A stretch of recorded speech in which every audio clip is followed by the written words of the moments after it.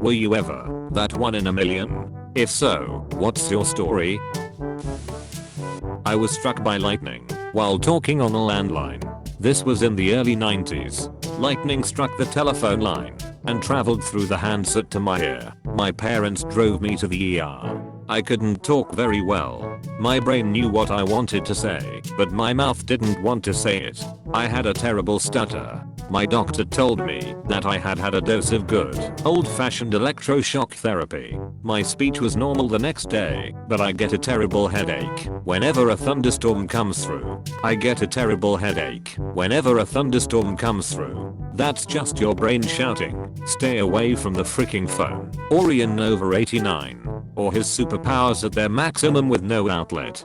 He needs to learn to release his newfound lightning powers. Your odds of being struck by lightning this year are 1 in 960,000.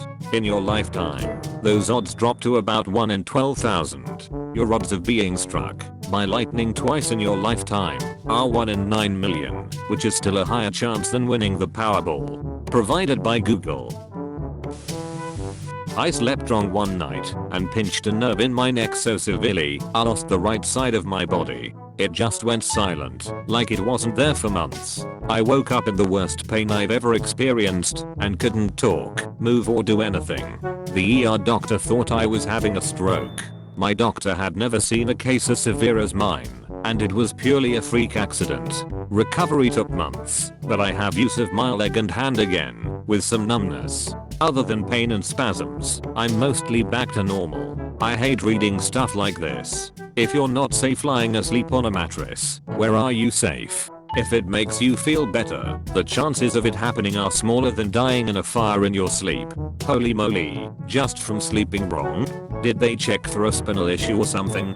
Done. My insomnia isn't going away now. I have pretty extreme lumbar lordosis, the bend in your spine that makes flat girls look like they have a big butt, but other than a deceptive butt, there are no major deformities. I did every test in the book, and I get scans every 6 weeks now. There is nothing major wrong with my spine. I just bent my neck wrong in my sleep and pinched my spinal cord really hard. I have completely unexplained hearing loss in my left ear. I had a cyst in it when I was 6, and the surgery to remove it and fix the ear was successful. When I was about 12, I woke up one morning with a killer headache and ear ringing, and after 3 days, it went away, and so did my hearing. Doctors did multiple examinations and an MRI, and they said it should be totally functional. It just isn't. 1 in a million case. Did your ENT ever look at steroids for sudden sensory neural hearing loss, SSHL? I had almost the exact thing when I was 14. Woke up one day with ringing in my ear, and by noon, all sound was gone on my left side. I also had an MRI looking for a brain tumor, but they never found a cause. I was able to regain about 50% hearing with a heavy regimen of steroids, but I know that treatment is less effective as time goes on. The weird thing is that SSHL occurs mostly in people in their 30s to 60s, and when I had my hearing loss, 2 other teens in my town also got very similar SSHL. My friend woke up last year with no hearing in his ear. 3 different doctors said it was temporary and nothing to worry about. The 4th doctor said it was an emergency and gave him steroids. This was 3 days after it started. My friend recovered his hearing after a week. Apparently the quicker you get onto the steroids, the greater the chances of recovering. Good for him for continuing to get opinions knowing something wasn't right. This is just not common enough, unfortunately. Not quite 1 in a million, but close enough. As a child, I had an extremely rare autoimmune disease. On top of having an extremely rare illness, I developed the rarer and most dangerous of the symptoms. My kidneys started shutting down. Most kids recover from this disease, but not always the ones with kidney issues. I was extremely lucky. I did not have to go on dialysis, and my kidneys eventually reached normal functioning levels. It took a decade to be completely cleared of the disease. My mother likes to call me a miracle child not only because of this, but because she was not supposed to be able to have a kid due to health issues, and had several miscarriages before my stubborn self decided to be born. Weird stuff. I think life really doesn't want you to exist. Will you be the end of existence itself? The only scenario I can imagine is by no powerful force, but rather my klutzy self-ending existence itself by some freak accident. That of course would happen only to me. You've been put on this earth to do something. Make sure you do it before you go. First order of business. Figure out what in the heck that thing I'm supposed to do is. No idea on the actual numbers, but I was born with 12 fingers. Identical extra digits on each hand. Edit. This blew up. So some backstory. I no longer have the fingers. My parents elected to have them removed shortly after birth.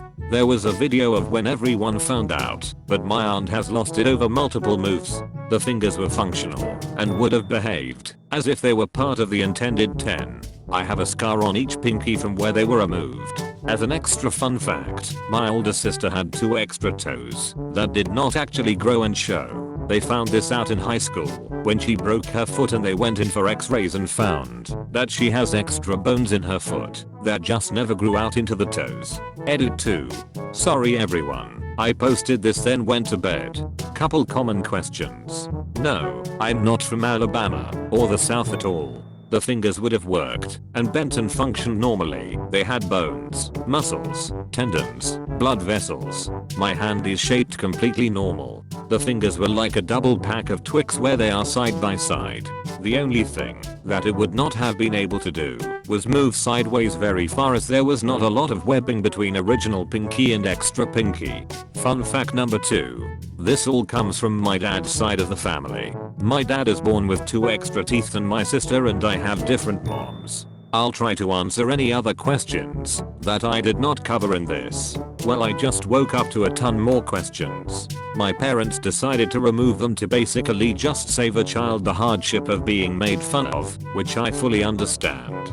Kids can be cruel, and I'm sure having 12 fingers is just ammo for them. The fingers were removed by being tied off as others have mentioned from similar situations in the thread. And no, I don't have any proof other than the scars, but they are tiny. The bigger of the two just looks like a tiny mosquito bite on my left pinky. The right one looks the same, but is not raised. Also, this is now by far my most upvoted comment, and now I'm going to be known as the 12 finger guy on Reddit. Your parents killed your chance to be an X-Men.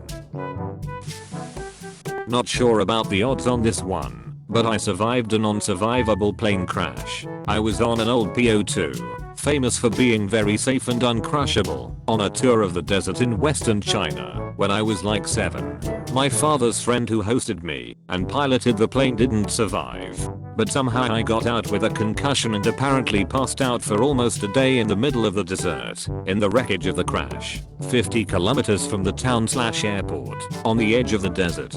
The people who found me were some tree planters. They plant greens in the desert to protect towns from sandstorm. A lot of people live in these desert towns in China do this. They found me on their way picking up a shipment, and the only reason they looked was because they were making a bet on how fast the egg would cook in the sand, and went off the road to test. Edit. First things first, according to legends, 15 minutes. I never tested it though. So, according to my dad's, the theory that I might have lived was because the plane was mostly made out of fabrics and wood. So when the plane crashed, the front half collapsed and took the majority of the impact. Though I got knocked out, I was probably covered under the wreckage and in the shades. It cooled me off enough to survive for a day or so. That's awesomely unbelievable. Did it make you afraid to fly or fearless? Nah, to be honest, I didn't remember enough for it to actually cause like a traumatic experience or something.